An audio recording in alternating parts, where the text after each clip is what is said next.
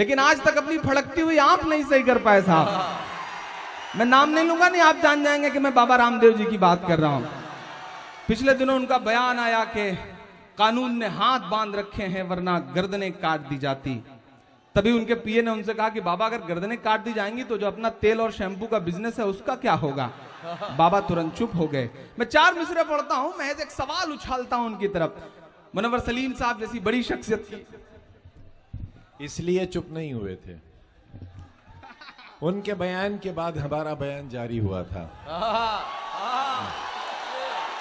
अरे वाह वाह वाह वाह।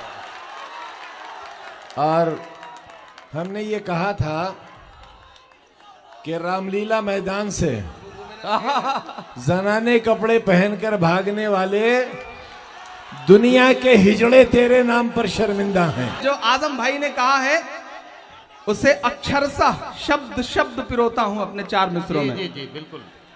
जो नफरत के सबब उठी थी वो ललकार किसकी थी। जो नफरत के सबब उठी थी वो ललकार किसकी थी। हमारे खून को प्यासी थी वो तलवार किसकी थी। हमारे खून को प्यासी थी वो तलवार किसकी थी। हमारी गर्दने मत काटिए बस ये बता दीजिए। कसम है कि खात को आपकी तालियों का शोर हरिद्वार तक जाए। मैं अगला मिसरा पढ़ता हूं। हमारी गर्दने मत काटिए बस ये बता दीजिए। जिसे तुम पहन कर भागे थे वो सलवार किसकी थी। जिसे पहन कर भागे थे वो सलवार किसकी थी। जो नफरत के सबब। इमरान ये 4 मिसरे फिर से पढ़िए एक बार। पढ़े जाएं, ये पढ़े जाएं तो बताइए, पढ़े जाएं। जो नफरत के सबब उठी थी वो ललकार किसकी थी। हमारे खून को प्यासी थी वो तलवार किसकी थी। हमारी गर्दने मत काटिए बस ये बता दीजिए। जिसे तुम पहन कर भागे थे वो सलवार किसकी थी। जिसे तुम पहन कर भागे थे वो सलवार किसकी थी। नहीं, ये चंद ठेकेदार नहीं तय करेंगे कि हम क्या बोलेंगे क्या नहीं बोलेंगे, क्या खाएंगे क्या पहनेंगे। हम उन्हें यह तय करने की इजाजत नहीं देंगे। ये कोई तय कर सकेगा तो जो हमारे रहबर हैं आजम साहब जैसे लोग, वो तय कर सकेंगे कि हमारी नस्लें क्या करेंगी, क्या बोलेंगी, क्या पहनेंगी। मैं 4 मिसरे पढ़ता हूं साहब कि तुम्हारे पहले बोला है तुम्हारे बाद बोलेंगे। तुम्हारे पहले बोला है तुम्हारे बाद। मैं जानता हूं आपकी धड़कनें जो महसूस करती हैं। मैंने कोशिश करी है कि मैं उसे शब्द दे सकूं। मैं आपकी अदालत में हाजिर हूं। पढ़ता हूं 4 मिसरे कि तुम्हारे पहले बोला है तुम्हारे बाद बोलेंगे। भगत अशफाक बन करके कभी आजाद बोलेंगे। भगत अशफाक बन करके कभी आजाद बोलेंगे। तुम्हें जय बोलना है मेरे भाई शौक से बोलो। मगर हम जय नहीं बोलेंगे जिंदाबाद बोलेंगे। मगर हम जय नहीं बोलेंगे। मुझे याद आता है कि जब मैं 8वीं 9वीं में पढ़ा करता था आजम भाई, वो दिन वो था कि जब नमाजों में दुआएं होती थी आजम खान साहब के लिए। बहुत छोटा सा था, मस्जिदों में रहता था, तो अड़ोस पड़ोस से वो नाम कानों में घुलता रहा।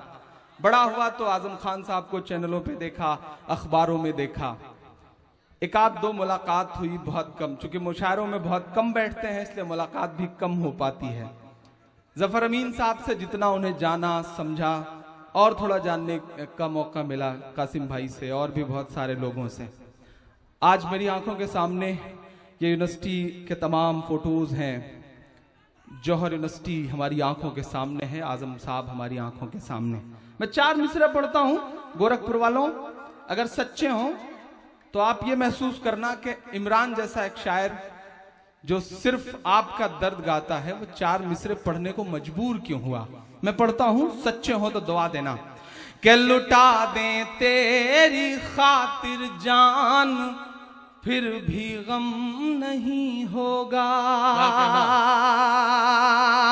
एक शख्स का किरदार, उसका पूरा वजूद मेरे 4 मिसरे। कि लुटा दें तेरी खातिर जान फिर भी गम नहीं होगा। तेरे जैसा कोई अब जख्म का मरहम नहीं होगा। तेरे जैसा कोई अब जख्म का मरहम नहीं होगा। मिला तुझसे तो एक शायर के दिल की धड़कने बोली। यहां से वहां तक एक एक हाथ हवा में उठा हुआ देखना चाहता हूं मैं। कि मिला तुझसे तो एक शायर के दिल की धड़कने बोली। कई सदियों तलक अब दूसरा आजम नहीं होगा। कई सदियों तलक अब दूसरा आजम नहीं होगा। कई सदियों तलक अब दूसरा आजम नहीं होगा। क्यों इमरान पढ़ रहा है ये मिसरे? क्यों इमरान जैसा शायर मजबूर हुआ ये कहने के लिए? मैं शुक्रिया अदा करता हूं। मैं तो बचपन से सुनता था कि अवार्ड जो है वो सिर्फ दरबारों के चक्कर लगाने से मिला करते हैं। पहली बार जब मुझे फोन आया कि आपको यश भारती अवार्ड दिया जा रहा है तो मेरी आंखों में नमी थी और मैंने ये महसूस किया शिद्दत से कि अवाम का दर्द गाने पर भी हुकूमतें अवार्ड देती हैं। शुक्रिया हुकूमत का, मुख्यमंत्री जी का, आजम भाई का, जिन्होंने अवाम का दर्द गाने वाले एक शख्स को अवार्ड देने का फैसला किया। तो ये अवार्ड तो मेरे चाहने वालों का है। मैं आप सब पे न्यौछावर करता हूं इस अवार्ड को।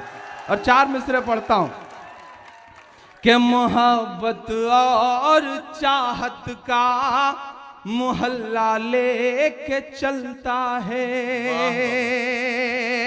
क्यों इमरान पढ़ रहा है ये मिसरे? कुछ तो बात होगी साहब।